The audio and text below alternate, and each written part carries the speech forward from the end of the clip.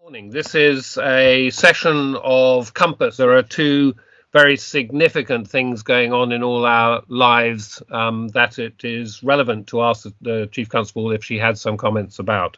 The first is the challenging times we face in relation to COVID and all the restrictions and challenges that we face in that. And the second is for nearly everyone, there was a global operational event last week, and again it would be right to ask if she had any reflections on that to share with the public. So those two questions, and over to you, Chief Constable. Thank you, Commissioner, and as always I'm really grateful for this opportunity to talk with you and very much to answer the questions that are on the minds of the communities we serve. So in respect to the first and the COVID changes, so we're recording this in between the announcement on the weekend from the Prime Minister and the amendments in English regulations coming in on Thursday. So as it stands right now, I'm awaiting the detail of those regulations. I know they will come either late tonight or tomorrow, but what we all know is we are moving in England to a second stage of lockdown. First thing to tell people is that from a policing perspective, we're ready for this. We are very much alive to different crime changes. So when particularly home is not the safe place it should be, whether that's domestic abuse, child abuse, fraud. So we're ramping up all our activity in those areas exactly as we did back in the spring.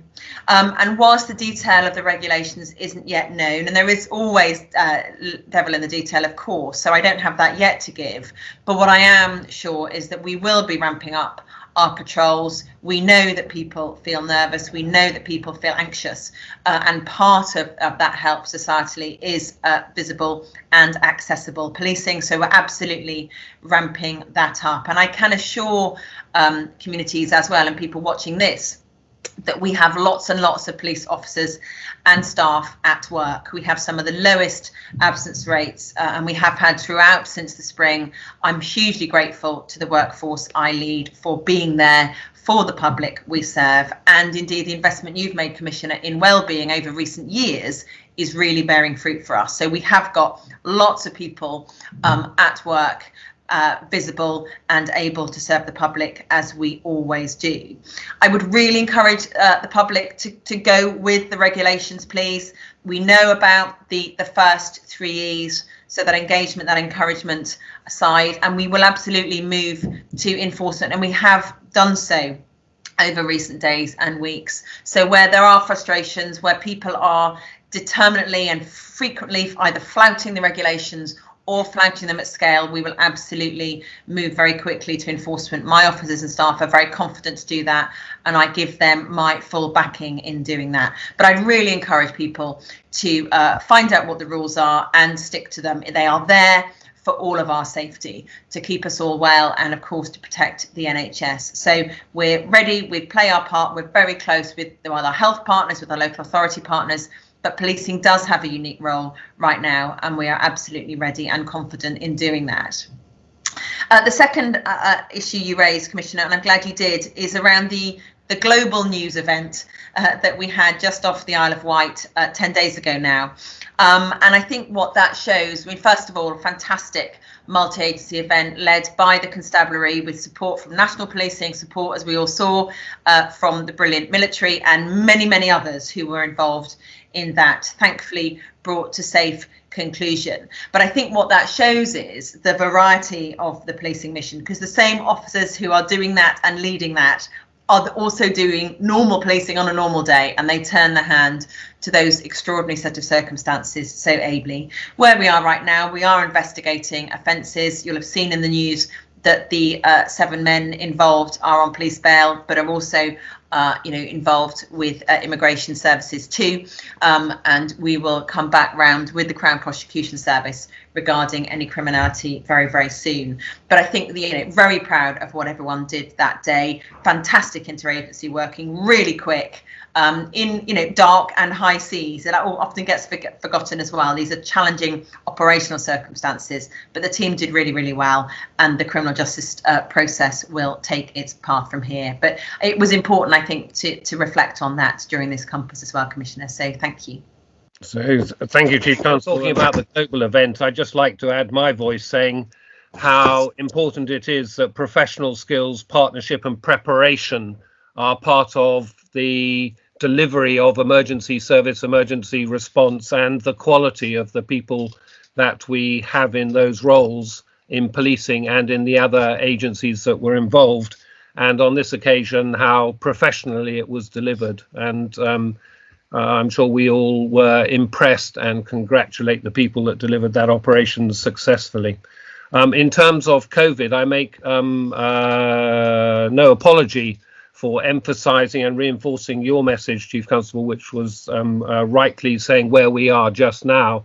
But in the constancy of response from the public, and it will be on the last slide we use in this session today, in these difficult times, each of us and every one of us can contribute to protecting ourselves, our families and our communities by taking responsible personal action and together contributing to keeping us all safer, as well as the comments you make about the need for us to help people do that, and in some cases enforce. So I think those are two very key topics that we should have introduced this Compass session with, and we'll move now to the next session. And hello and welcome to another public session where on your behalf I'll be asking the Chief Constable questions that reflect what is most on your minds and that you want to hear from the Chief Constable about.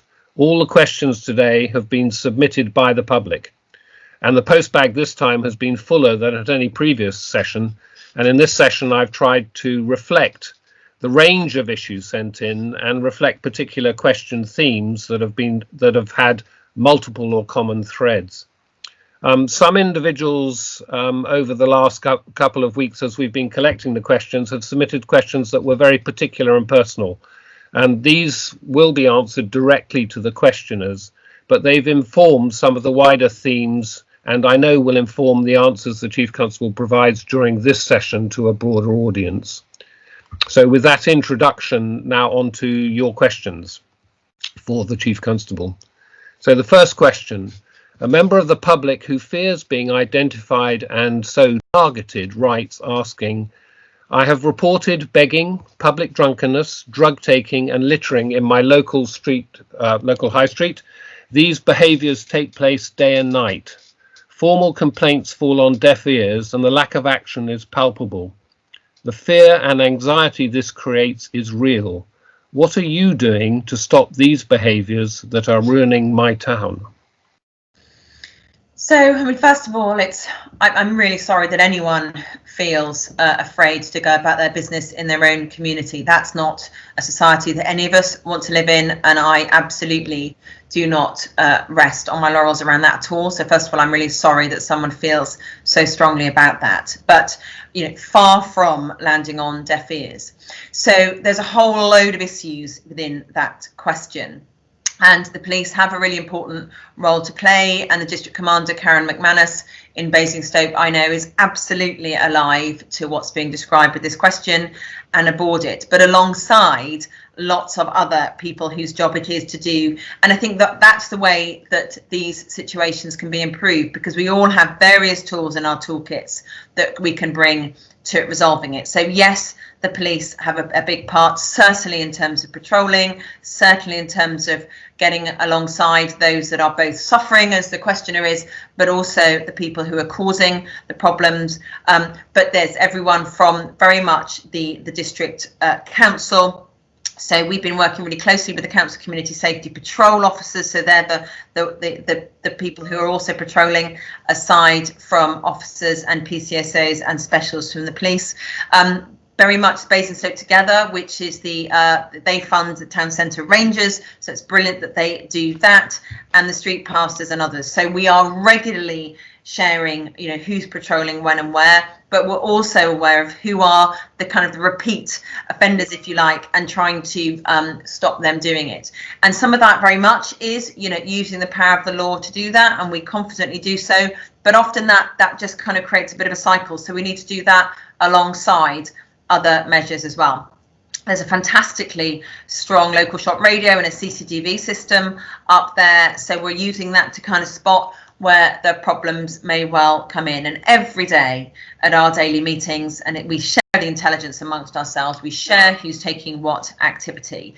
And we have also used things like dispersal powers. So we have under section 35, we have dispersal powers where we can, identify a particular geography and say that, certain activity can't take place in that. We can't do that lightly, quite rightly. Those are very significant powers. We need to hold them really lightly in our hands. So we need the intelligence and the information that comes from the public to tell us where these problems are, and then we can start to use those kind of powers. So, we know this kind of issue, regrettably, isn't uncommon in our town centres. It's particularly difficult with a COVID context sat on top of it, and we've seen that in the media, haven't we, about where people who are homeless, and I know this isn't entirely a homeless issue, I understand that, but how that's all been made that bit more complex in the COVID world. So it is something that is far from falling on deaf ears. We're doing a lot. I understand the problem isn't resolved, but I do know that Karen McManus and her team are really putting a lot of energy into this problem. So I can't sit here and say we fixed it, Commissioner, but I am confident that each of the different people are working hard together on it. Thank you. The next question is raises issues of equity, equality, fairness across our communities and indicates particular vulnerabilities, but the question particularly comes from a long-standing, long-time supporter of policing in Basingstoke and asks, can you please let us know why BAME burglaries conviction rate is so low?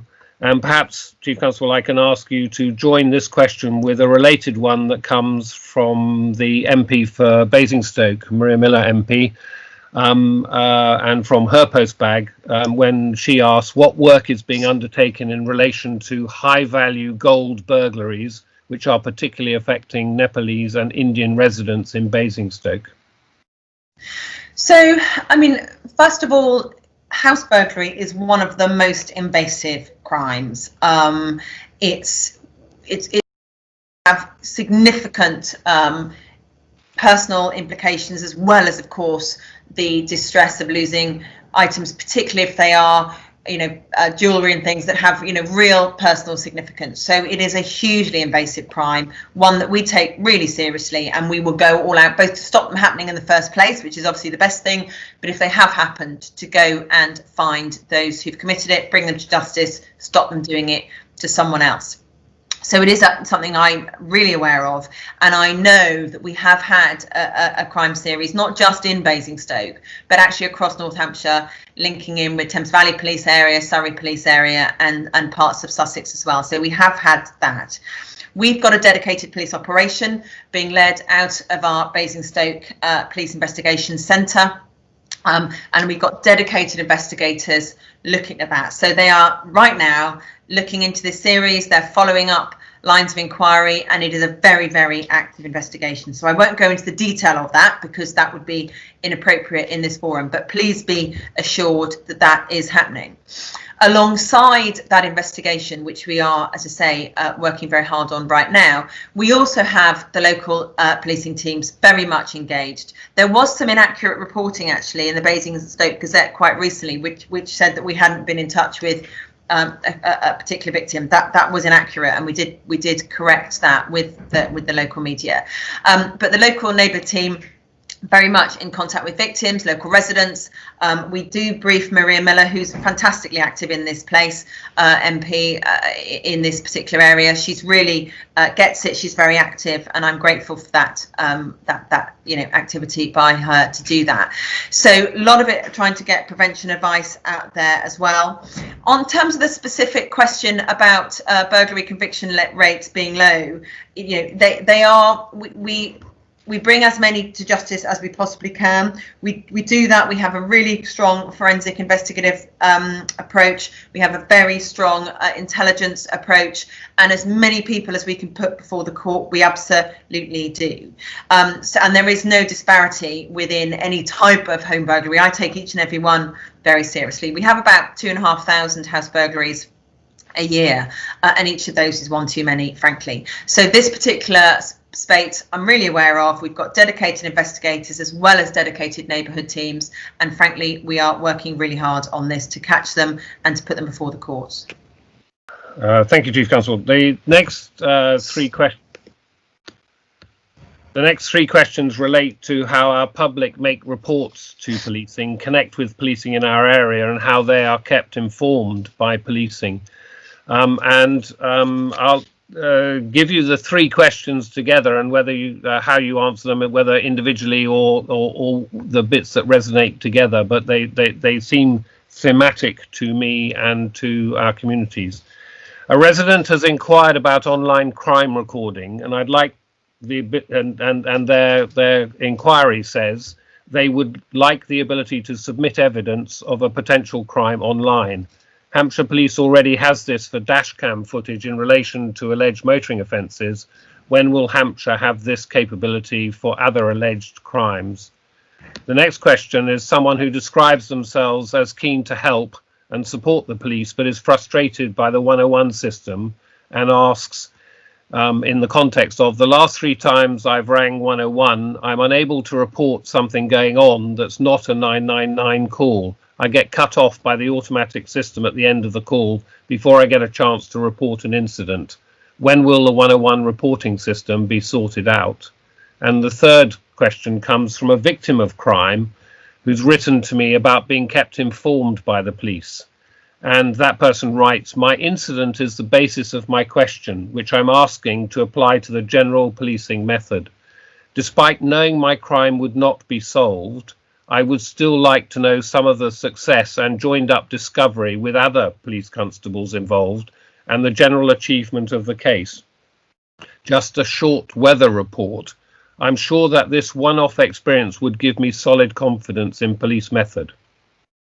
Chief Constable, what's your response to those three questions? And thank you, Commissioner, and I will deal with each one because they all have slightly different kind of flavours behind them. But what for me jumps out from all of those is these are, members of our community who are really forward-leaning, who want to be involved. Sadly, if they've been a victim, no one wants to be a victim, but they want to be involved. They want to know what's going on. They want to be kind of active in this space, and I am delighted about that. And frankly, encourage that over and again. So if I kind of deal with the specifics.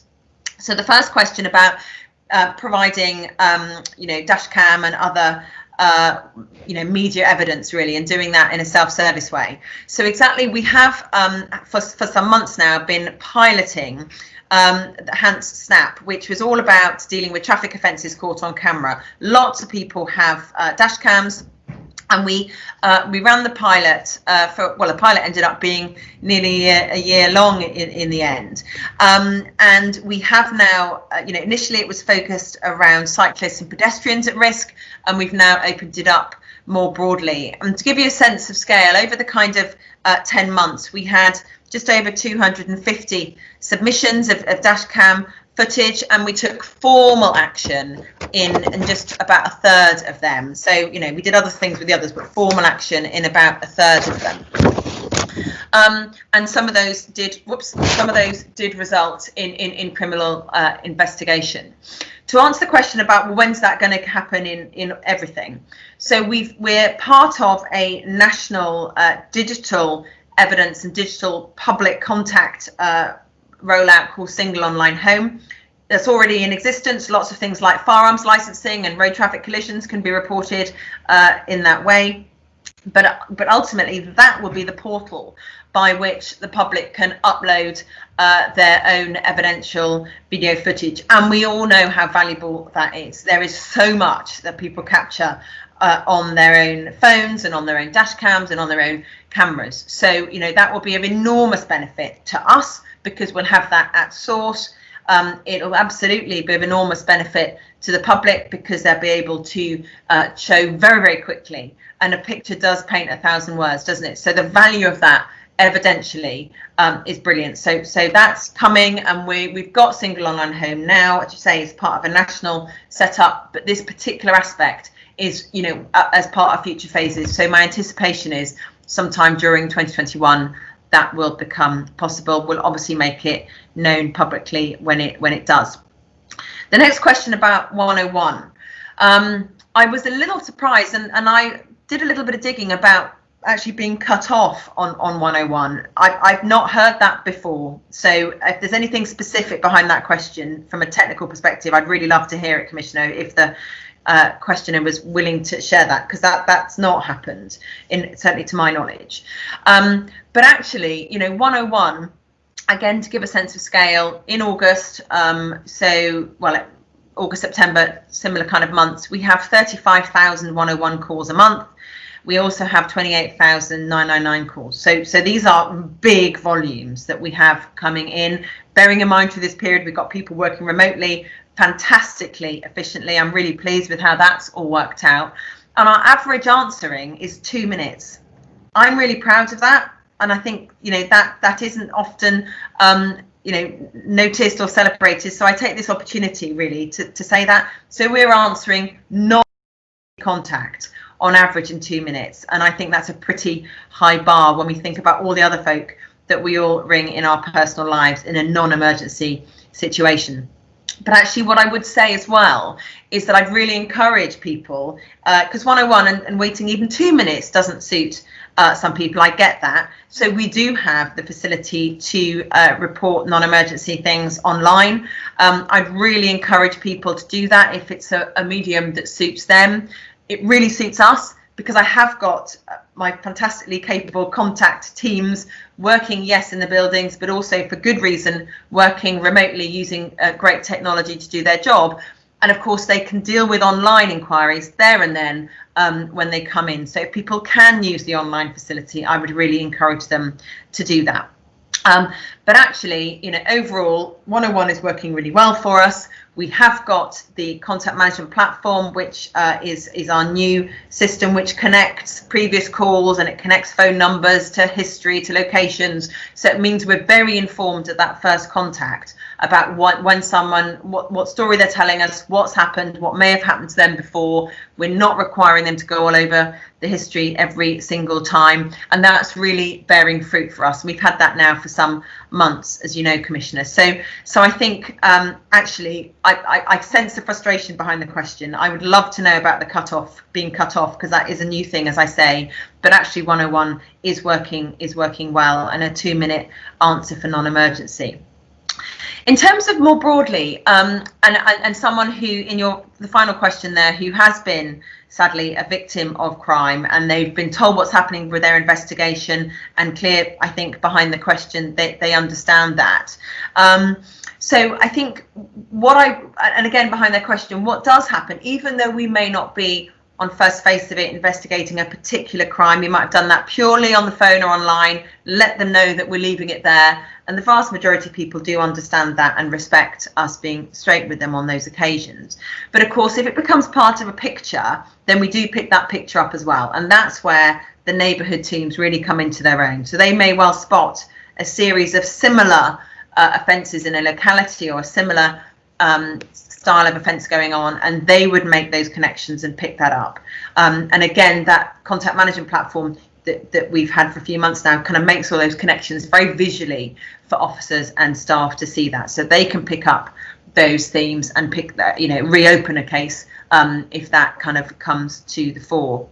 So I think what I'd really encourage people always is to tell us, because it does help us build a picture of where the crime is happening. It does help us build a picture with our partners about where antisocial behaviour is happening. And last time in Compass, we talked about when we get the COVID calls, when people are worried about, people breaching.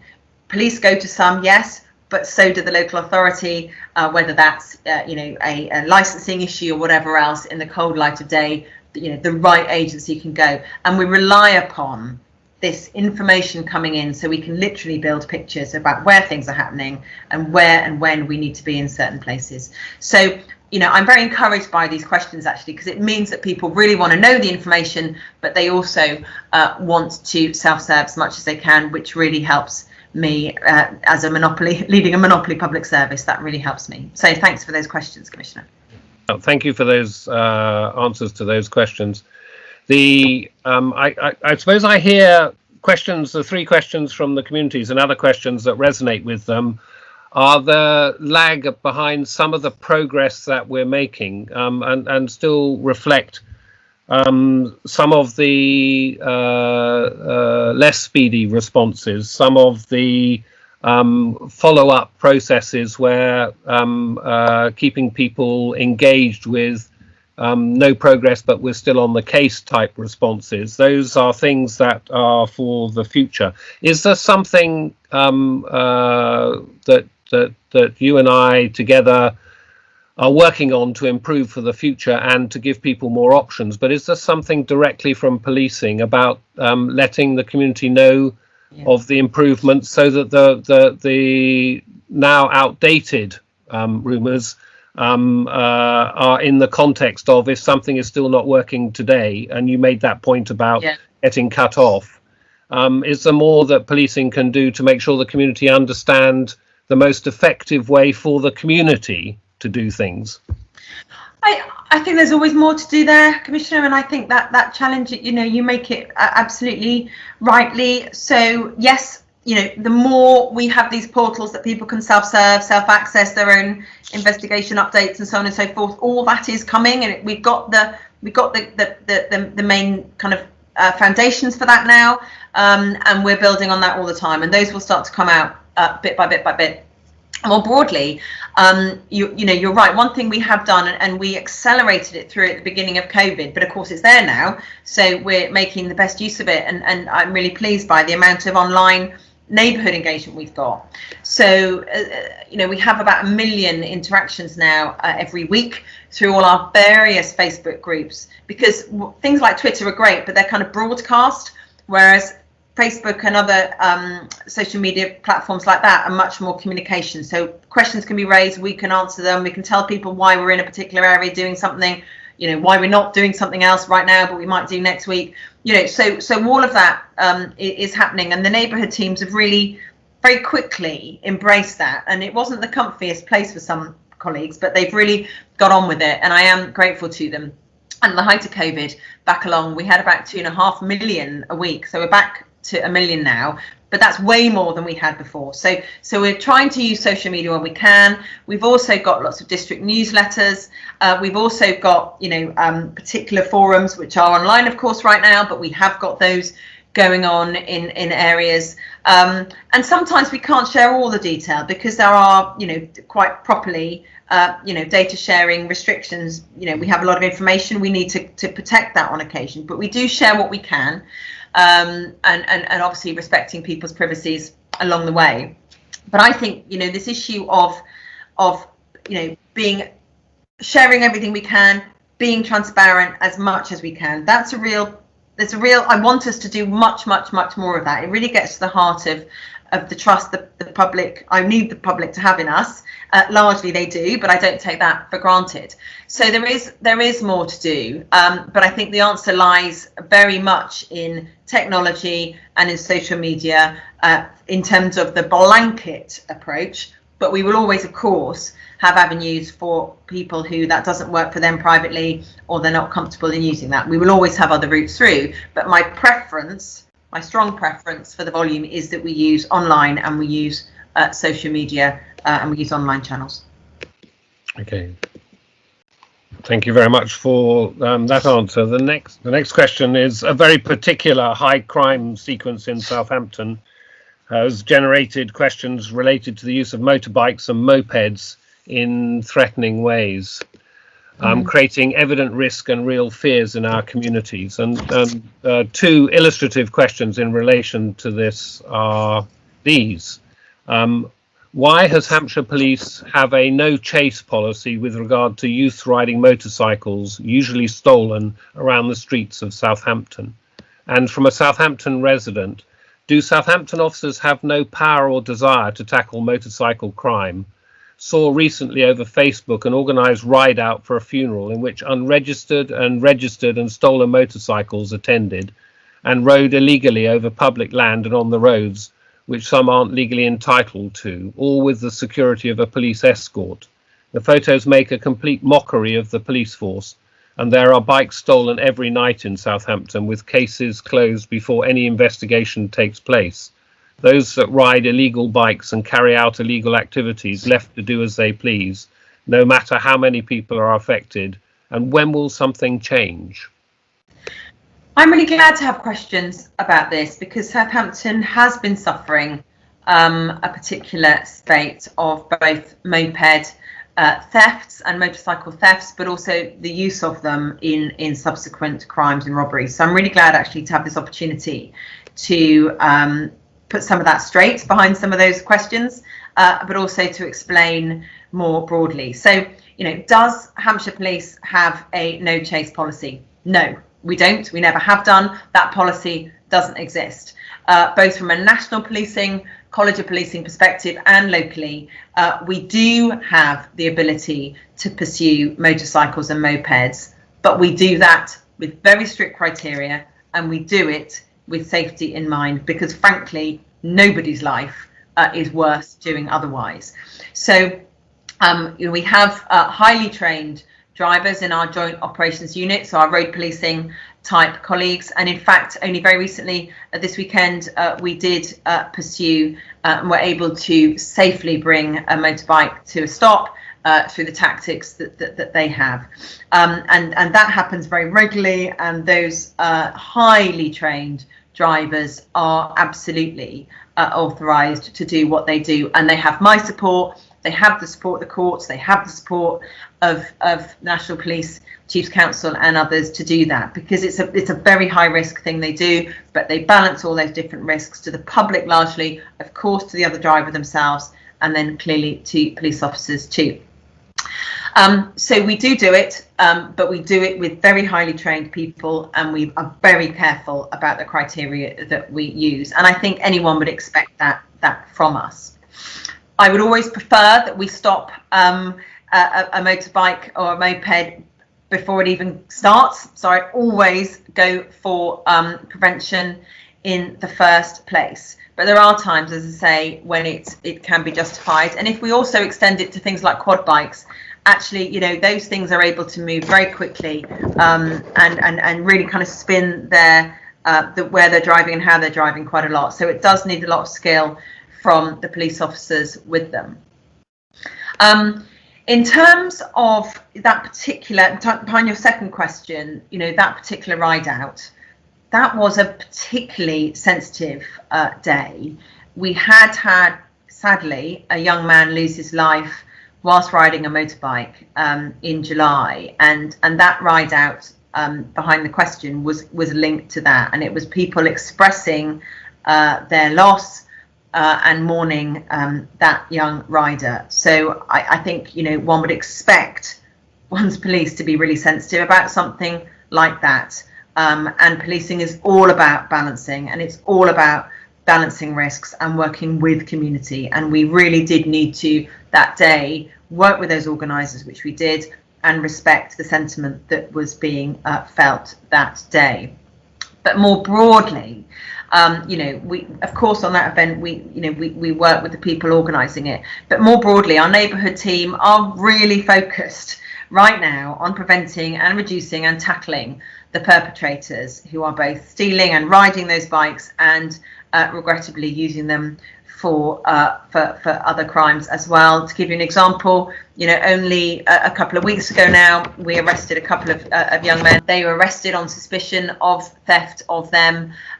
We've had another young man, he's just been jailed for 6 years for a number of offences, some of which involve, aggravated taking of a motorbike, and driving with no insurance, driving in the way that your questioner is asking. So, he's in prison.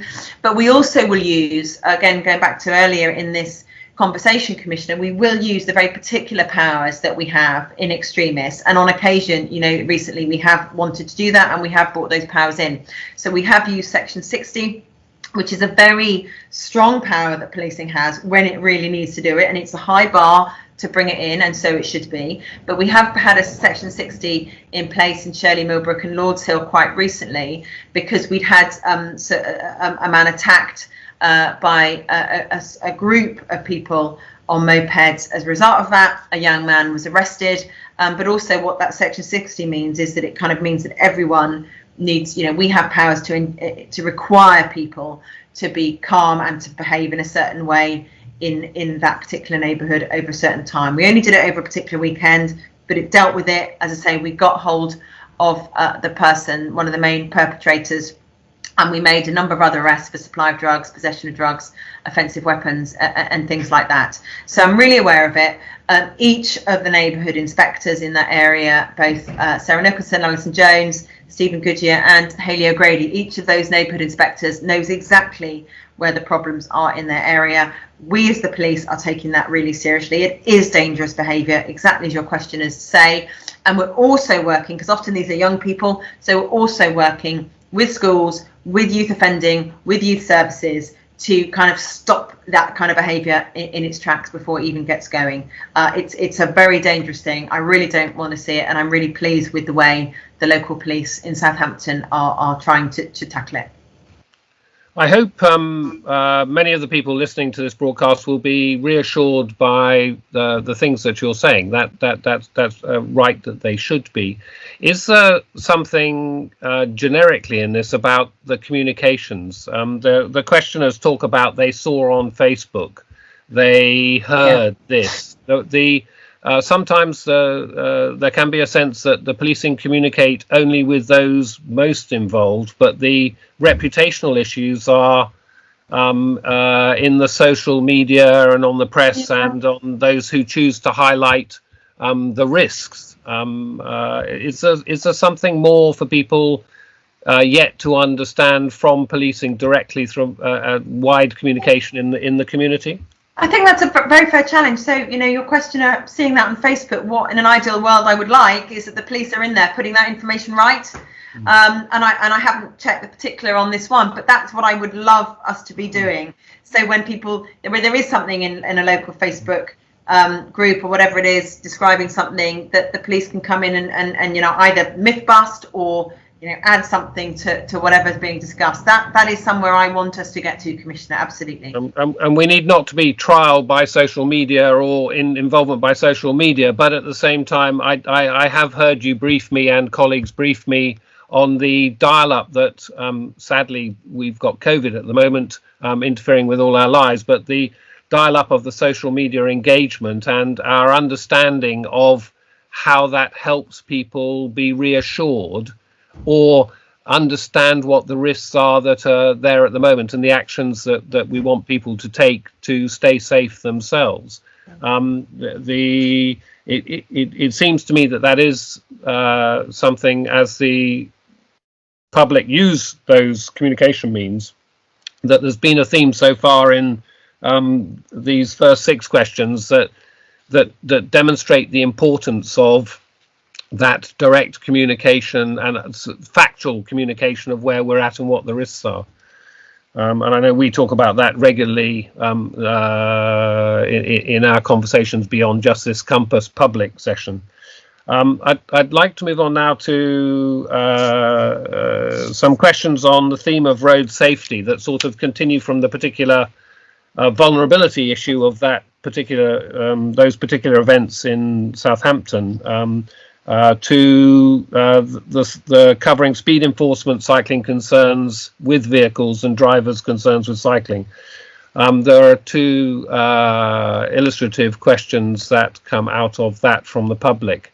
One comes from the Farnborough area, where the writer says The government have outlined to the public the 3 E's of road safety, enforcement, engineering and education. I just in parentheses say that there are 3 E's being described for COVID as well in terms of intervention, but these 3 are related to road safety, enforcement, engineering and education. In the area around Sandy Lane specifically, the local authority have listened to the local community about excessive speeding and traffic levels. Engineering, he describes it.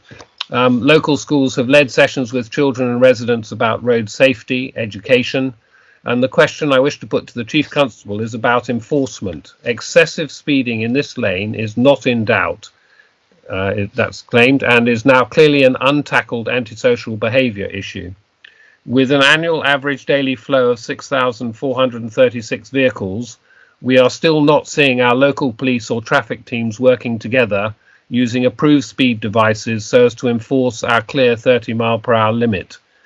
The questioner writes and notes specifically they wouldn't like CSW, Community Speed Watch, reference in the response from you, the Chief Constable, but I'm sure you'll respond as you need to answer the question. And yes, go. Sorry, yeah, thanks, Commissioner. And my sense from the kind of the detail within the question is I don't know for sure, of course, but my sense is this particular question I have had directly into my office, and I have responded in detail to the person who's raised it. Of course, they're entirely at liberty to raise it with you, of course, but I have been through my office in communication, I believe, with this person. So, you know, they're absolutely right. Enforcement, education, and engineering, and all of those are essential to safety on our roads, and they're all connected. So what I would absolutely say is that the Farnborough Neighbour Policing Team are really aware of Sandy Lane. We have been for some considerable time, and we are working hand in glove with Rushmore Borough Council and the County Council Highways and local residents and our specific roads policing traffic management team. And absolutely, we haven't stopped doing that in COVID either. So we've been doing that all the way through. It's not all about speed enforcement. There is new signage gone up, traffic calming, as has been described. So all of that is happening, which is great. There is a particular spokesperson for the Sandy Lane residents. We don't, of course, exclusively work with them, but they're a fantastic person, and we're in very close and very regular contact with them, with the neighbourhood sergeant and with the neighbourhood inspector. And I will mention Community Speed Watch, despite the questioner not wanting to, because that's actually a really important part of how we collectively deal with this kind of antisocial driving. So at the beginning of COVID, Community Speed Watch wasn't able to happen, and then absolutely it was, and it has been, and Community Speed Watch are very active, I'm really pleased to say, and I'm a fantastic fan of what they do in Sandy Lane. So they are out there alongside us on occasion too, and we've had neighbour policing team, we've had special constabulary out conducting speed enforcement operations this summer on a number of occasions. We've recorded over 450 cars. We have given out a number of warnings, and we have, for the top end offenders, given out tickets as well. So we are absolutely doing what the questioner wants us to do. We're also looking very soon, alongside all those other partners, to get some data recorders deployed up there, because that will help us, a bit like I was describing in a crime way, it helps us build a picture of exactly when, exactly where, exactly who, and then we can target our various interventions accordingly. So, you know, during COVID, we have seen more generally a real uplift in desire for Community Speed Watch, which is great. Again, I'm really pleased when people want to help keep their own areas safe alongside their police and everyone else. So we are, you know, prioritising those, of course, but we are looking to get those Community Speed Watches set up. They are fantastically powerful at dealing with this, alongside what we can do, alongside what the district and county councils can do, and everyone else. So I'm really aware of it. As I say, I think I have been in particular communication with this questioner, but the neighbour policing team are working really hard and are taking a lot of action to stop this happening. So following on from that, a frequent cyclist travelling between Southampton and Winchester on our roads would like to ask the following. I've been cycling regularly, they say, between Southampton and Winchester, and I've encountered very aggressive driving of late when vehicles are passing me on the road. Almost 25% of drivers on any given day violate Rule 163 of the Highway Code and pass very close in the same lane as I am riding. In my hundreds of cycling trips, I haven't seen any police presence or activity where such drivers are cautioned. And once I tried to report a white van driver who threatened me with physical harm when questioned about honking and close pass, but there was no interest by the operator even to take down a complaint, leave alone take any action. And they ask, why are the police not concerned about the safety of cyclists in Winchester? Is where I find at least 10 to 15 car drivers doing close pass every time I ride there. And why is there no policing of such risky behaviour? So first of all, if someone, I'm really sorry that the person asking the question felt that we were disinterested. That's not the kind of response I want someone to get when they get in touch with us, and I'm sorry that that's the feeling they were left with, because that's not what I want and it's not my intention, and I'm really happy to follow up on any specifics. In terms of more generally, we do there's a couple of things I'd bring into answering this. First of all, how I answered a previous question about that dash cam footage, and a lot of cyclists will have cameras on their helmets and things. They're very happy to have all of that data in. I'm a cyclist myself. I understand how this can feel sometimes. So if there is dash cam footage or camera on a helmet, then please do send that in. But more broadly, we have a particular operation. We call it Operation Close Pass, again led by our very able roads policing teams.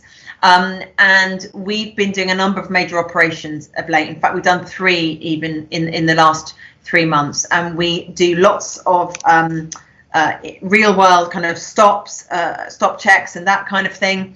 But we also do media exposure. We try and get awareness raising through various kind of campaigns as well. I really recognise how vulnerable cyclists are on our roads, and the Give Space, Be Safe campaign really does kind of resonate, and we're trying to get that picked up more and more and more. So anything that anyone watching this can do to help us with those campaigns, then I'd be really grateful.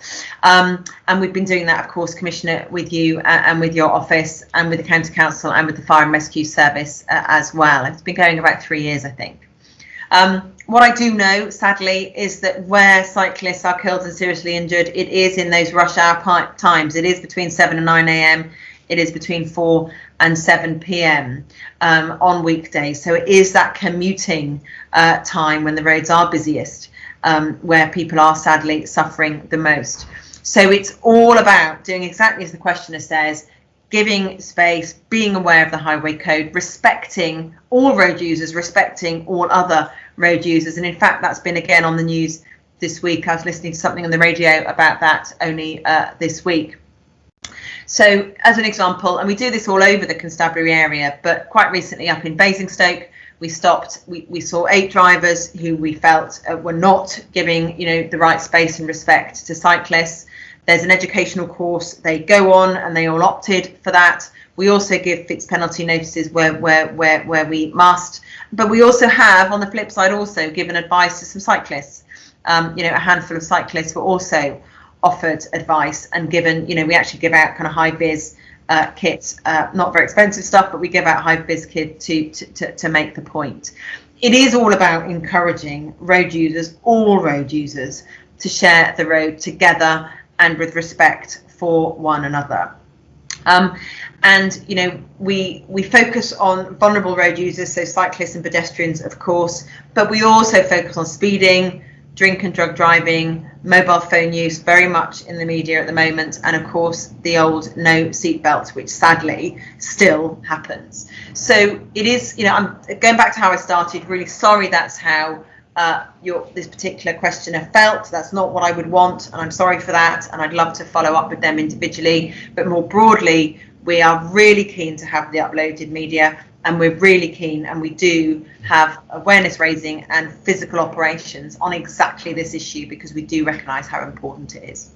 Across the range of these questions, and again, it's a conversation you and I have regularly, but in a public understanding, the answers of your intention as policing are often reassuring and in context. The question that I believe to be the most significant challenge is the capacity to do all of the things to the scale that the demand rises. Is that a general constraint that we should highlight, you should highlight at this point? And does it specifically, because we've just been talking about road safety, there have been a number of community questions related to has road safety dropped below the capacity for the Constabulary to intervene because of other higher harm priorities? It has absolutely not dropped off our priority list. We higher harm, to use that language, Commissioner, we are a force that will always put the most vulnerable, the highest risks at the top. People would expect us to do that exactly as they expect their health service to do that. We're no different. And I will never, do anything other than put the highest risk and the highest vulnerability at the top of our activity. And frankly, being killed and seriously injured on the road is one of those. So, I am horrified and saddened by how many people do suffer that way, and the ripple of family and friendships who are damaged forever by that is just awful. And I will, I talk to families who are bereaved in this way, and it's the most tragic thing to see and for them to have to live with. So it is absolutely up there on our priorities because we do focus on the highest harm, the highest vulnerability. But behind your question more broadly, I do worry about the difference between, if we're again using the health analogy, acute services, so where we want to stop something awful happening, or something really awful has happened and we need to support the victim, bring people to justice, hunt them down, put them before the court. Of course, with the police, that's what we do, and we will always do that. But there is a gap then between that and, the universal policing services that I know through the questions our communities want more of. I know the thirst there is for that. You and I have continued to fiercely defend the neighbourhood policing teams and models across this constabulary, and we will. I know we talk about this often, and we will continue to do that as long as operationally I possibly can. But financial times are straitened, and even more so through COVID, and we can all see that. So there are hard choices to be made, but those are mine to make. I do think there's something, as you've said this morning often, which is absolutely right, about getting that explanation. It may not be what people want to hear, but at least they can understand and understand why the choices that I'm making operationally are being made. But there is a gap, and it's affordability gap between the high harm, high risk, high vulnerability stuff. I get as many rapes reported to me as I get house burglaries. Those are both awful things. But that's the kind of scale of stuff that comes in, and I want us to be brilliant at dealing with all of those. I wish they hadn't happened at all, but I want to be brilliant at dealing with them. But whilst I'm doing that, I then have to make other choices about things that perhaps I might like for my officers and staff to do, but frankly, I need to point them towards something else sometimes. So you're right, behind all these questions, I'm saying, aren't I, we do an operation here, we do an operation there. What we're not is on those roads every day. Every rush hour, we're not, and we need to pick and choose our time, and we use brilliant data to help us do that. We use brilliant intelligence to help us do that, and we use brilliant police officers and staff who know what they're doing to do that as well. But there are tough choices, Commissioner, but that's my job to make those, but I do that transparently, and this compass process is actually a really important part for me to be able to explain that. I'm sure, as I've heard you say before and you've just said now, it will be helpful for people to have heard you say it with the passion that you do and in the context that you're describing. I think that's really key, that the community understand those pressures that you face every day, as well as our understanding what is on their mind. And that's the purpose of the compass, is to do that. So I think that I hope people will feel informed by what you've just said, and it reflects the conversations we have in detail. So I think that's good. I move on now to a set of questions that the rural communities often describe themselves, and others describe them as rural communities as something completely separate from urban things. But these are a set of questions that have been forwarded under the banner of rural communities, but they're residents raising questions with a specific rural environment, but also reflect common issues in our communities with a rural flavour and focus. The first one I think is about isolation, and then if you wanted to answer that, the next ones are particular questions in a particular community. So the first question is, I'm a retired disabled resident living in a rural village. During the past few years, I've noticed a complete lack of police visibility, and note that everything is now done online or by phone without so much as a visit by a human being. Does the police force intend to operate online in future, removing all public-facing roles? Do you not see how this approach would completely leave behind many of the older members of the community who are too old for technology? I think the question identifies a real vulnerability and a concern. What's your answer? So, I mean, I think I kind of reflected on this in some of the previous questions. So, yes, my preference for those that can, when it's routine two-way conversation, we can do it online. It's much more convenient for the person who's not waiting in, frankly, at home. Do you remember the old days when we used to have to wait in all day for delivery of something? Nobody wants to do that anymore. So if we can do it online and it suits the individual, brilliant, because it suits us. But, and I said it in my earlier question, I absolutely recognise that isn't right for everyone, and therefore really do hold fast to the real world, person-to-person opportunity to communicate, whether that's on the phone, but indeed, turning up to someone's home as well. We're really conscious of this COVID time. We're not going into people's homes unless we need to. We don't want to be spreaders of this virus. So we're really conscious. And that has been a deliberate ploy over the last 8 months, that where we don't need to be in a home, we don't want to be, because we don't want to be putting anyone at health risk. But equally, what I would say is, we have, we do have dedicated neighbourhood and patrolling officers and staff and special constables in our rural areas, as well as we do everywhere else. They know their patches really well, and they are out and about on foot, on bicycles, even in the rain, and of course in cars, but they do know their patches. And that personal interaction matters, and it matters as much to us as it does to the person who's asking the question. So far from it. I am not turning us into a bunch of robots. I'm not turning us into just an online service delivery. We're a people business. That's what policing is. But if I can keep the people element for where it's really needed and use it wisely and use it well by others who don't need it using online facilities, then that's brilliant. And that means that everyone is getting a better service all round. The next question that follows on from that comes from Bramshot, and sets a context and then asks 3 specific questions. In the last 5 years, there seems to have been a spike in petty rural crime, house burglary and garden shed theft in our village. Indeed, I have been a victim of crime myself. I understand resources are tight, but it seems there's been no attempt other than issuing a crime reference number to tackle with this spike. Bramshot has recently become a dumping ground for abandoned vehicles, which increases the general feeling of lawlessness. In 15 years of living here, I've never seen a community beat police officer, which is disappointing given my monthly council tax policing charges. In summary, I have 3 questions, they say.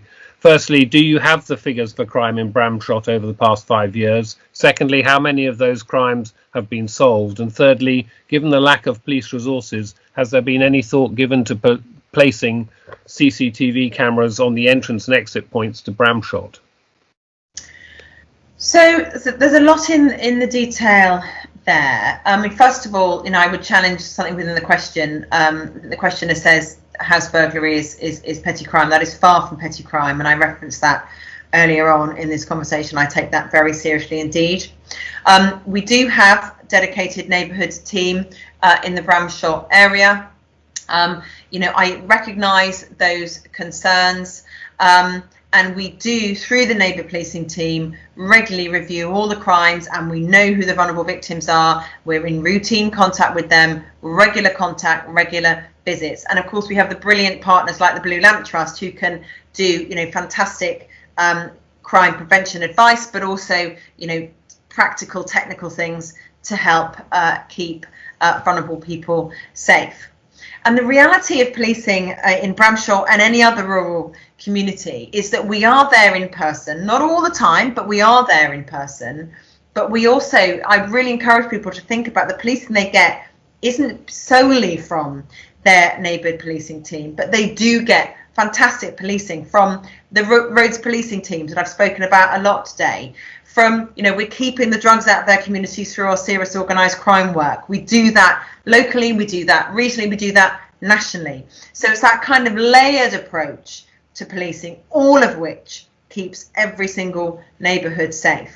And I would also going back to where I started, where behind closed doors is not necessarily the safe place we would all want it to be, particularly right now with fraud and people who are preying on the COVID fear and looking to frankly defraud people, rip people off, trick them into giving their money away. Those are often global things, often done through bots and AI that are nothing to do with a local crime, but the harm is felt in our local villages and neighbourhoods. So I'd kind of really encourage people to think about all of the law enforcement that is keeping them safe in Bramshall and everywhere else.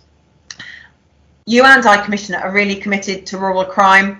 We talk about, I've talked in the last question about being really focused on high vulnerability, high risk stuff. That's where the money takes me.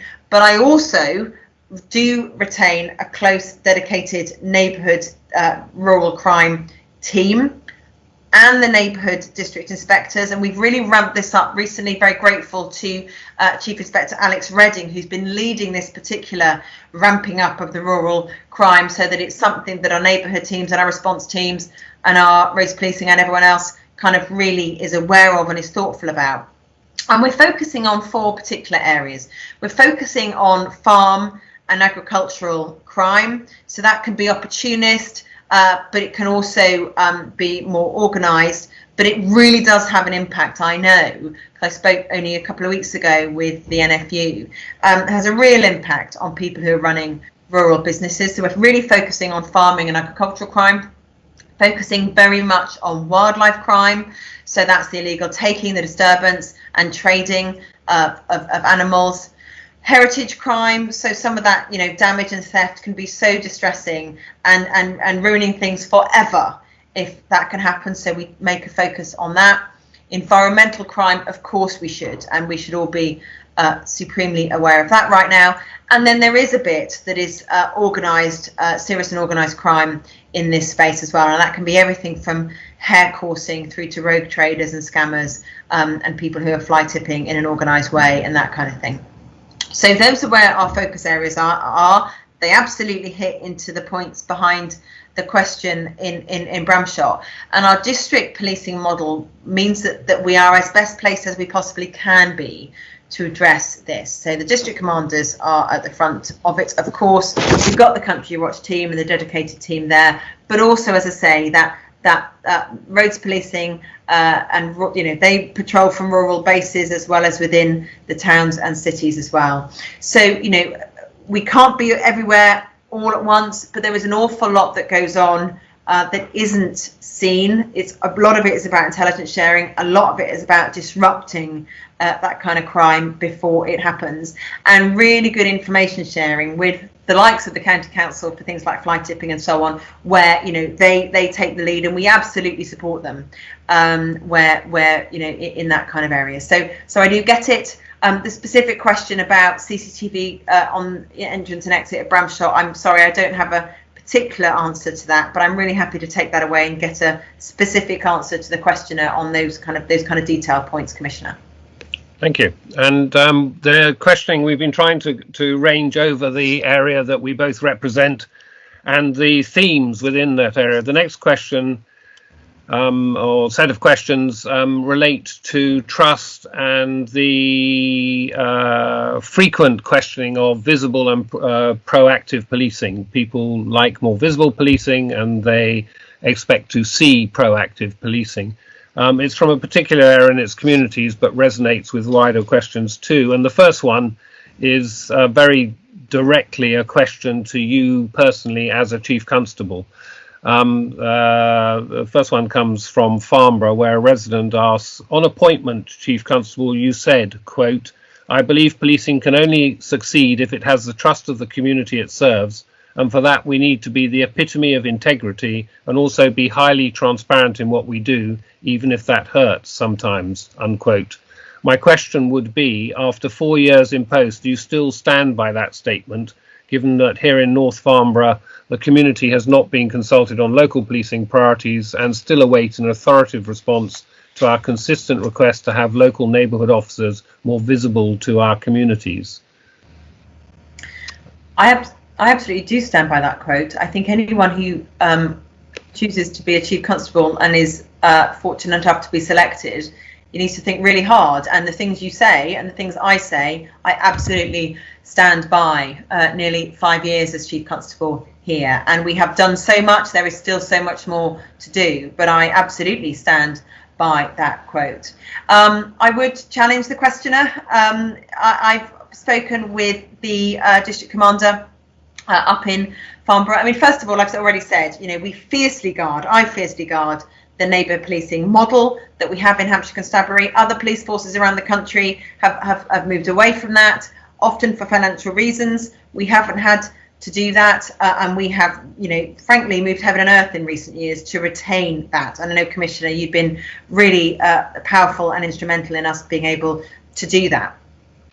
And we are in our communities, but we're not there all the time, and I know that. But please don't let anyone make a mistake that if they don't see us out there, you know, patrolling on foot or in a car, that we're not there. That's not true. We are doing, you know, an example I often give is we keep our kids safe online nowadays in a way that we used to keep them safe in parks. It's a very different set of threats that we all have that put us at risk of being victims of crime. So we, as the police, have responded accordingly. So please don't make that mistake. There are, of course, hard choices to be made. I would love to be able to give all of the visible policing that I know everyone wants. I'd love to be able to do that. I can't afford to do that. There are tough choices to make. My job is to explain them and to make those as wisely as I possibly can. But in specific to Farnborough, every 6 months, the district priorities are set, and they're not set, you know, in half a dozen people in a small room. Far from it. We reach out through the local councillors, through Hampshire Alerts, through social media,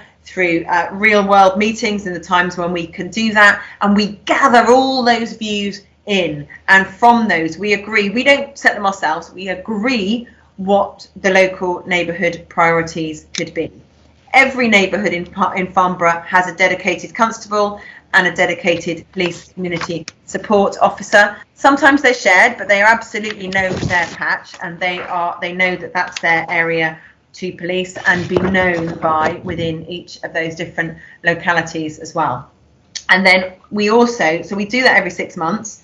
We then are held to account by all of those same people as well about how we're getting on.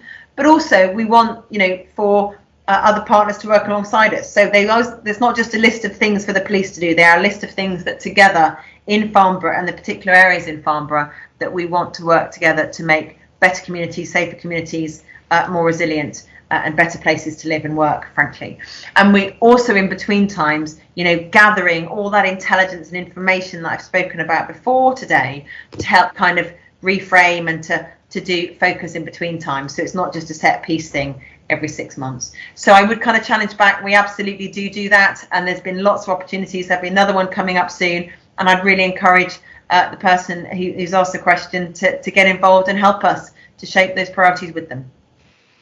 So I think you've given answers to the questions I'm about to ask from another resident in Farnborough, but I wonder if you can dial up the listening on this one of how we change the need for this resident to ask this question in this circumstance. So not just the explanation of the environmental things as you start, and some of those examples of what to do. But this resident says, we no longer see our designated police officers on our local streets. This means that many offences occur that, had they been visible, might not have happened. Some examples are speeding, obstructive pavement parking, drinking and littering, and this increases a lot, especially after 8 p.m. So can you tell me, please, why you have stopped our local police proactively walking our neighbourhood, be it daytime or, importantly, at night time, in favour of what seems to be only needing to react after an incident has taken place and has been reported? Well, I haven't stopped them, and forgive me, Commissioner, I will kind of refer back to my previous comments. We do have dedicated PCSOs and constables in every area. Patrolling is part of what they do, but so is knowing their repeat offenders, knowing their repeat victims, getting alongside them. That, of course, isn't happening in the public eye. It is about arresting and problem solving and sorting out, and that can often mean spending time in the police station, taking statements, putting files together, and so on and so forth. But it is absolutely their core job to be patrolling, and they do that. They're not there all the time for all the reasons I've explained, but it is a core part of their role that they should. But so do the response officers and staff, so do the roads policing, so do the dogs. There are lots and lots and lots and lots of eyes and ears out there on the streets of Farnborough. So I value patrolling. It's a big part of what they do, but it is but one part of what they do. And they do have a lot to balance. And whenever I speak with and go out and about with local neighbourhood teams, I'm massively impressed with how they balance all of their various duties. It is an art as much as it is a science, and we have good data around productivity and visibility and things like that. But they are out there, but it is but one part of what they do, important though it is. So because the whole time I've been the Police and Crime Commissioner, I hear very similar questions, and occasionally in the particular something will have happened that wasn't prevented, or that the community wasn't vibrant enough to have removed that as a vulnerability or a threat. And I've heard you regularly describing the interactions of our local policing teams, and you've just said together we are alongside each other in trying to protect that response. In recent times, you have implemented, I have pressed for, that we align our district and local teams to how the community see themselves as a team, and that the first point of contact, and people locally should know if they need to, or readily find in circumstances, people locally to engage with. Do you believe that has helped reduce the number of people who don't see policing passing by, but if they have a question, then find another way to ask the question? Yes, it has helped, and we've seen that through the surveys you've been running all over the spring and summer of this year. Really high satisfaction rates in what local policing is doing, and I'm very grateful to you, Commissioner, for leading those surveys, because that really mattered, particularly in the early COVID months, to kind of help us get that tone as right as we possibly could.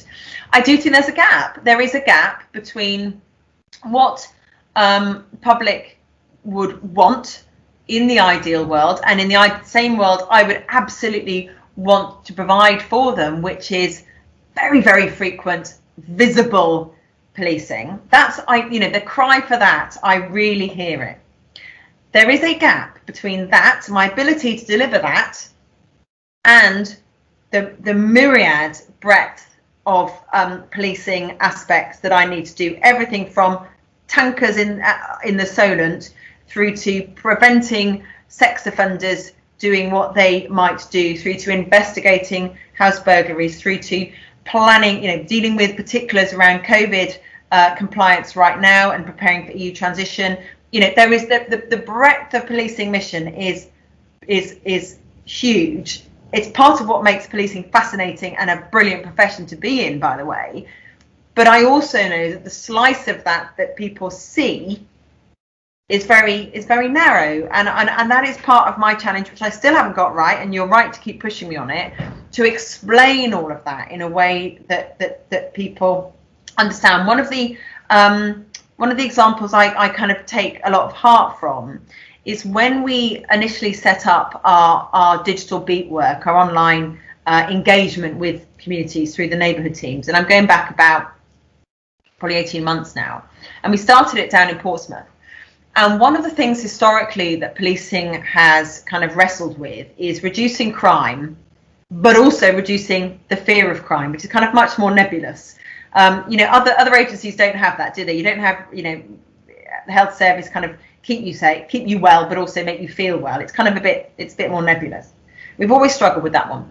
But what that meant was that we have historically over many years been quite cautious about, being open about some of the dreadful things, frankly, that do happen in the world. So we dipped our toe in 18 months, 2 years ago in Portsmouth, and I was really encouraged. And what we found there, and we've now rolled out more broadly, was when we shared, not the specific details, they of course are private, but when we shared the real high risk, high threat, high harm stuff that we are dealing with every single day, actually local people said, I get it now, why you have done a modest investigation and whatever happened to me. I understand why you made that choice.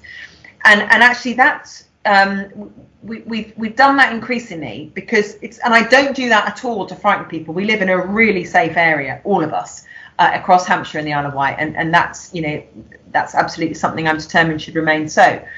But that does kind of help bridge that gap between that kind of universal service that everyone really, really wants versus the acute service that I can deliver, and then I plug as much of the gap as I possibly can. And I have brilliant officers and staff and volunteers who do that every single day.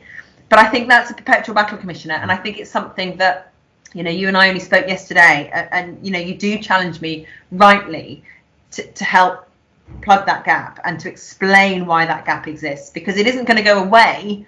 But I do think there's more I should be doing, and together with you and I can do, I know, to help explain it. You will have noticed that Compass questions tend to be very particular and personal and specific, as the majority of them, because that's what individuals and small communities bump into. You might be encouraged to know that there are some people out there who are busy thinking at the strategic level, and notice that you're our national lead for local policing. And they ask a question about engagement policies and implementation plans and evaluation methodologies. And can you confirm how and when the national elements will be communicated and published, and by who? Is that to help people understand your role, that national role that you take and its impact locally? How do those join up a little? Do you have a sort of overview sense of why it matters that you have those national roles, and that do they contribute to keeping the local people safe? Well, they absolutely do. So the way UK policing works together is we all, my job is Chief Constable across Hampshire and Isle of Wight. That's has my focus. That's what I'm here for, and that's where my attention is. And with all of my peers across the UK, we then lead individually on certain themes on behalf of all of us, so that we can kind of get the opportunity around policy change. We can get the efficiencies of scale. We can do together some of the kind of big system changes that need us all to move together, so that actually it's better for everybody. And I lead for UK policing on local policing, and that's everything from 101 answering of the phone and 999 answering, through to digital public engagement, through to neighbour policing, through to special constables and volunteers and wider kind of citizens in policing, through to mental health, through to children and young people. The list goes on. So there's huge kind of theme areas within that.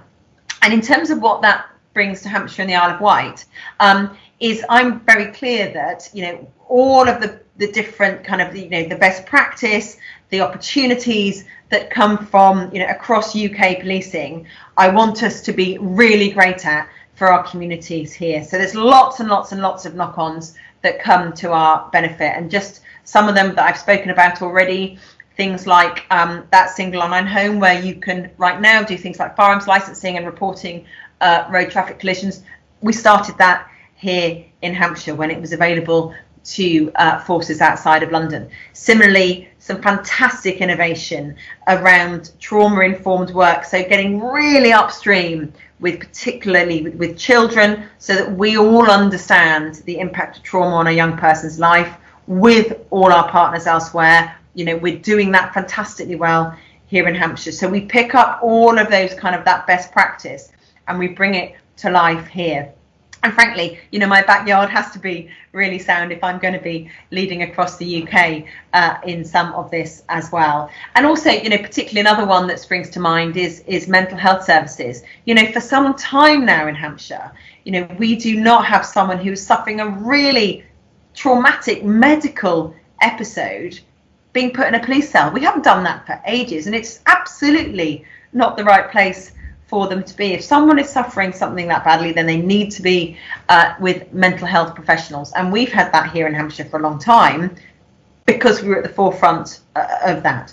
So, you know, there's lots and lots of examples, Commissioner, where in Hampshire we do benefit from that wider portfolio, but equally we also benefit from my peers and other police chief officers leading on other things, and we get the benefit from them doing that. We're obviously kept in the loop. We obviously have a voice to influence, but we know they're doing those kind of hard yards on a particular area. So it is, you know, there's a real large amount of give and take around it as well.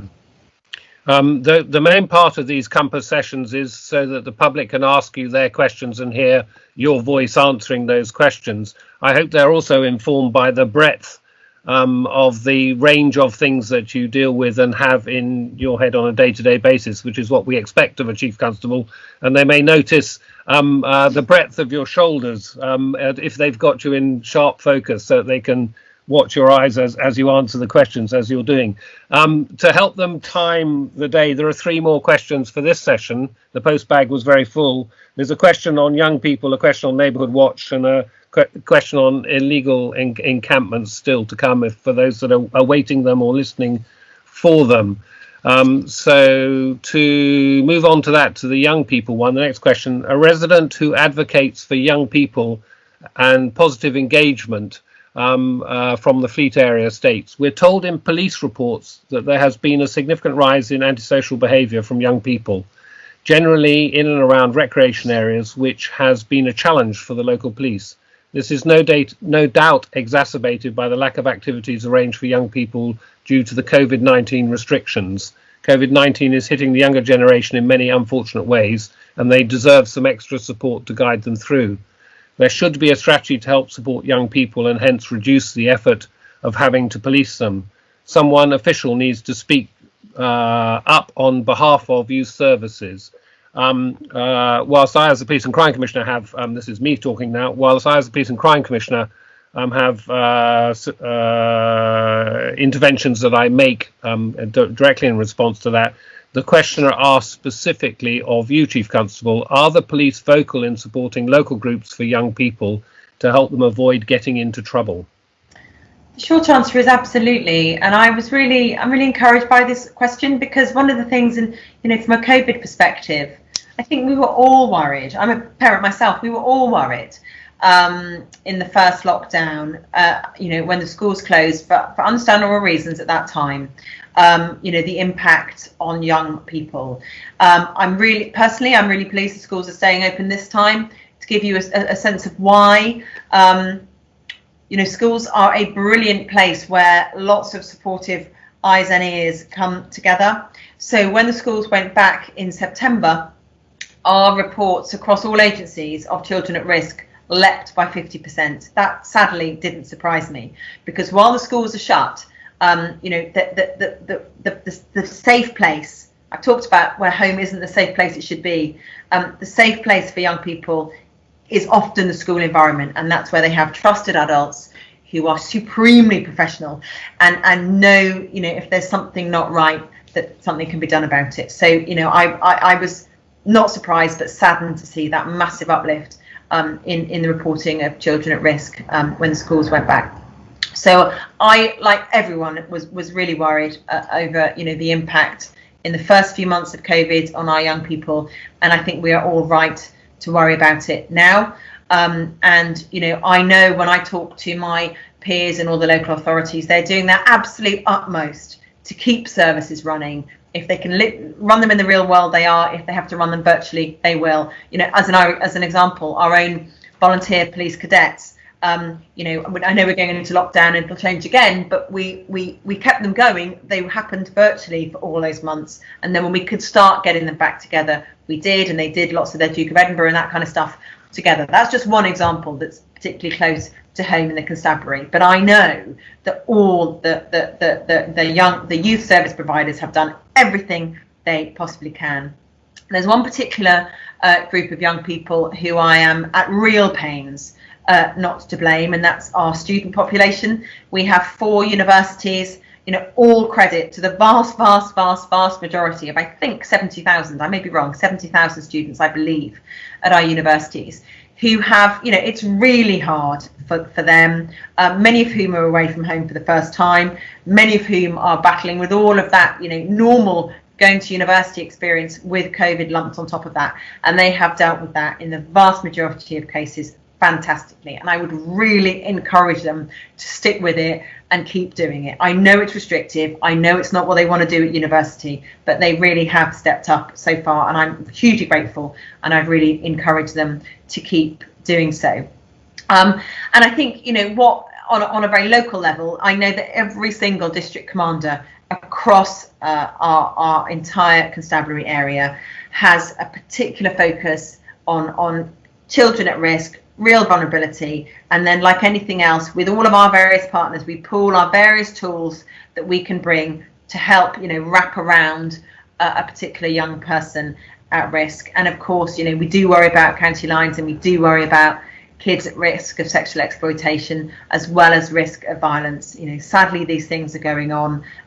We have our eyes really wide open to that, and the youth services are crucial to all of those young kids. So it was a really encouraging question, actually, Commissioner. Thank you. Thank you for that answer. And I know that you have your version of the encouraging connections we have with young people too. It's not just to distract those who might be at risk of being vulnerable or misbehaving.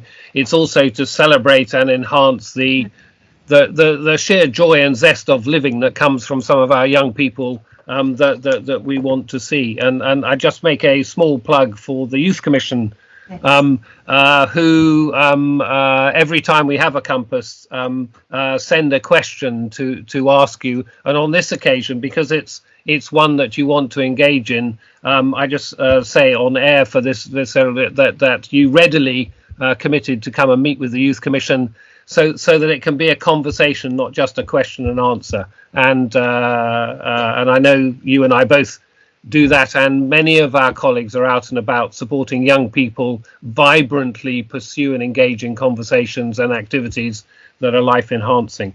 To the second part, the person who asked the question you just asked also asked this about Neighbourhood Watch. We're told nationally that the police support Neighbourhood Watch and that they are keen to work to reduce with Neighbourhood Watch to reduce crime. However, over the last 2 years, we've struggled locally to get police representation at our meetings or a simple police report that can be submitted for those meetings. Does Hampshire Constabulary wish to work with and support Neighbourhood Watch, and is it just a soundbite for the media? I think I know your answer, but they want to hear it from you, Chief Constable. Off you go. Thank you. Well, Neighbourhood Watch has been around for donkey's years and is one of those really significant and important keystones to community safety in its widest sense. So, you know, I've been in policing for decades. Neighbourhood Watch has always and continues to be right at the heart. So to give you an example, I mean, I meet with the Neighbourhood Watch leads across our area regularly. We've been on the phone in this kind of COVID period, but I know the work they're doing. I really kind of encourage them in it, and I really encourage, on my part, make sure that all of my neighbourhood teams value the Neighbourhood Watch, connected with, and it's different flavours in different places, and that's fine. But the neighbourhood team should do that.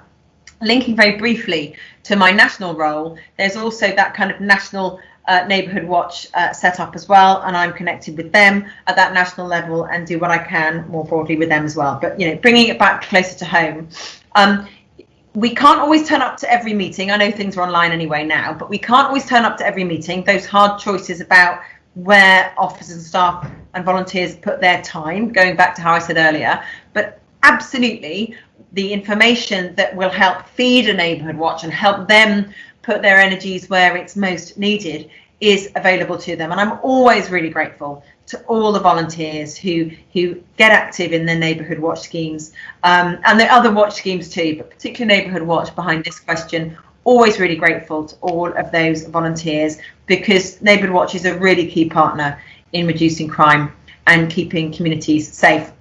So if you've got a bit of a, if you think there's a gap there, I would really encourage you to contact your own district commander. But the information, if you look on the website ourwatch.org.uk, www.ourwatch.org.uk, there is buckets of information there for particular, crime stats in a local area, that kind of thing. Sanitised, so you can't, you don't know the particular person who's been a victim of something, but that information is readily available there, and I'd really encourage people to look at that, because it will help hone, where they need to put particular activities and attentions in their own locality. And it's a really great resource for Neighbourhood Watch coordinators. So far from a soundbite, I don't work in soundbites. Frankly, my job is far too serious to be working in that way. Neighbourhood Watch is a real important part about how we stop crime happening and how we keep communities safe. And I'm a massive fan, and I really encourage all my neighbourhood teams to be involved. Thank you. This is a question about, as described in the question, unauthorised summer encampments. And it's an expression of frustration from Porchester about their description of a sustained period of antisocial and criminal behaviour by a group of travellers who camped in their area.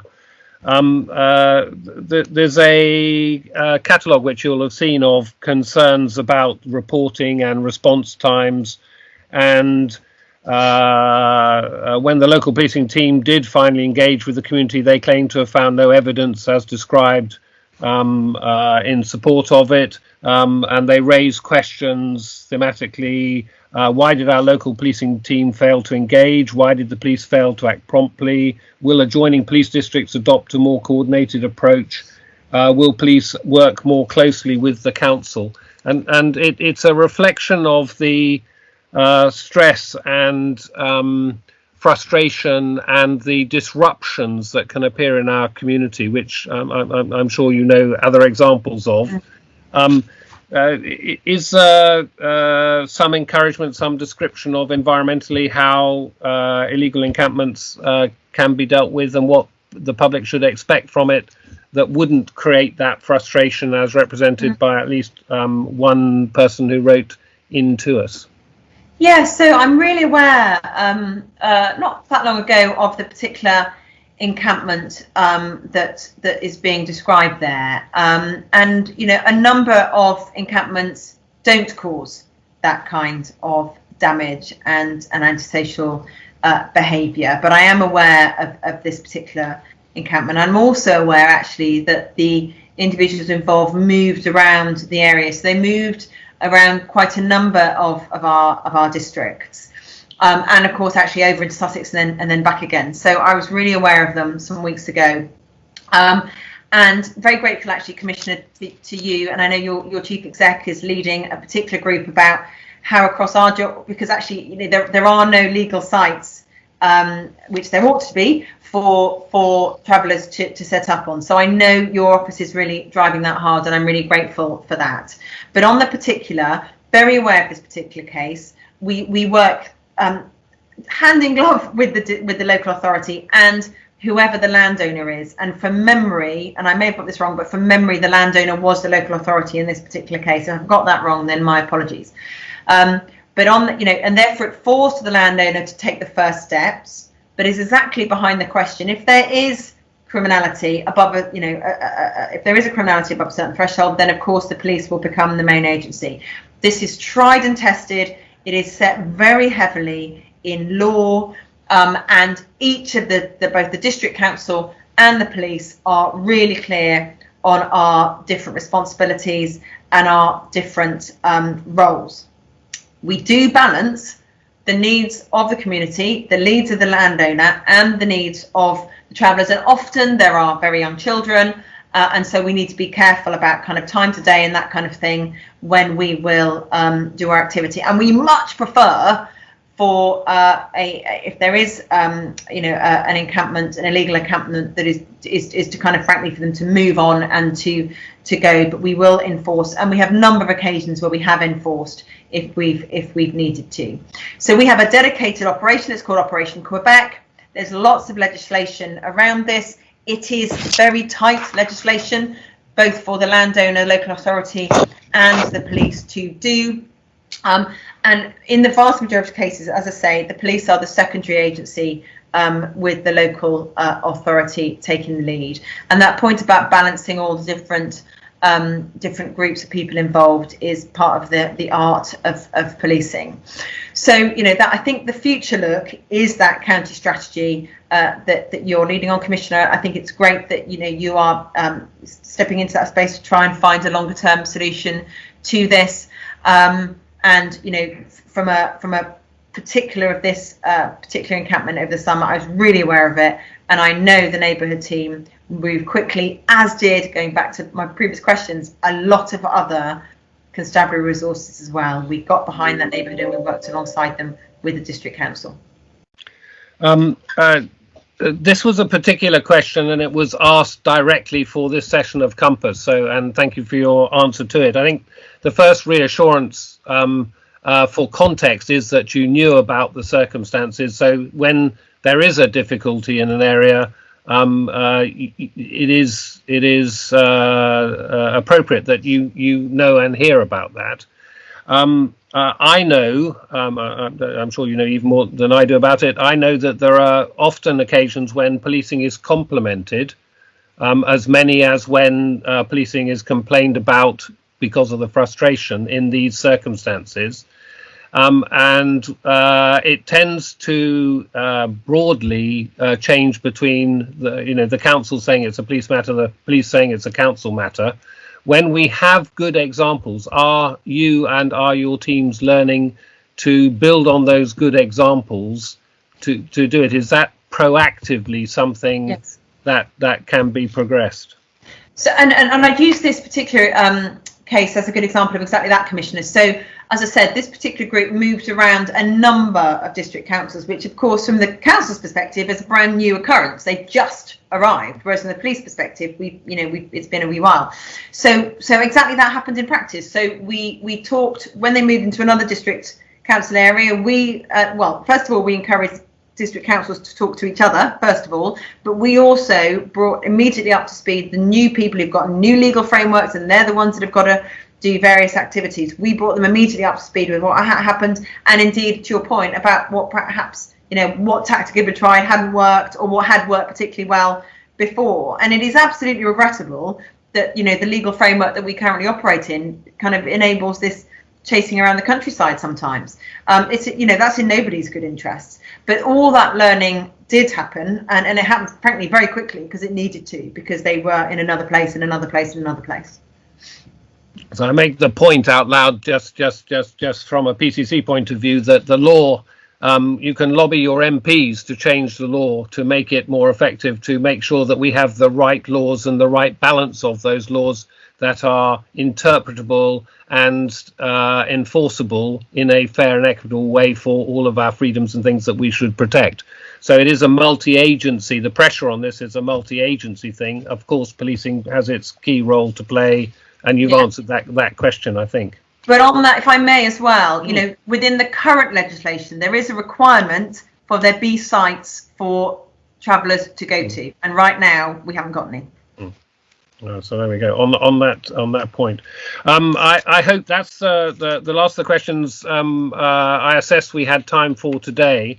I made the point earlier to some people whose questions won't have been asked directly because they're thematically consistent with some you've addressed today, but that they will get answers. And I know you've agreed to enable the policing voice and your answer to go directly to some of the individuals who may feel they asked a very particular point and they would have liked it asked today.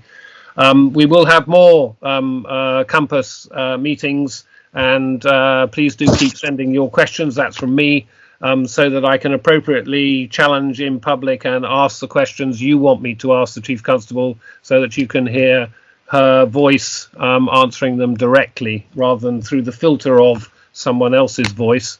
I hope you have all had value from these questions. I hope you remember from the beginning of this session the encouragement to everyone, all of us, do what we can to stay safe in this time of COVID. I hope not only have you asked questions about things that are challenging and a frustration and a pressure on you, but you've heard from the Chief Constable a range of things that are going really well and some sense of how policing must prioritise. And it is entirely right that I, on behalf of the public and the public, ask you questions to press the point of those things that remain their concerns. So thank you very much for your frank answers today, as ever. And I'm sure we both hope that the community will at least understand better, and in a number of cases understand the constraints that you face and your colleagues face in delivering effective policing, keeping us safe. I do, again, make no apology for reminding people we broadly live in our area in a safe place. That is something the Chief said today, that she's determined we continue that. I, no less in my voice, do that. And I believe both the Chief and I have in our own voices a version of, but every crime, every vulnerability that is delivered in our community is a crime and a vulnerability that, where we can and where we can find a way, we would wish to intervene to remove, to prevent, to deter, and to respond to those things that are criminal and with a priority on high harm. Thank you very much for listening, and I look forward to the next one. So as we close Compass, I just want to say thank you to the Chief Constable for her answers and for her description of community response in this time, as the rules for the coming weeks are set, of understanding how we can begin now helping keep us all safe and what the responsibilities will be. At the very beginning of Compass, I reinforce the message I want to put at the end, which is that in these difficult times, each of us, every one of us, can contribute to protecting ourselves, our families and our communities by together, working together to keep us all safer. And that requires us to be responsible in our own actions personally, to encourage our friends, our colleagues, our families to be responsible in their actions, so that if we all individually stay safe and contribute to keeping others safe, we can, by our actions, reduce risk overall, and we can, by our actions, be an example to others of how to behave. And starkly, it can reduce the demand on overburdened emergency services to respond to where we as individuals and communities in some numbers get it wrong.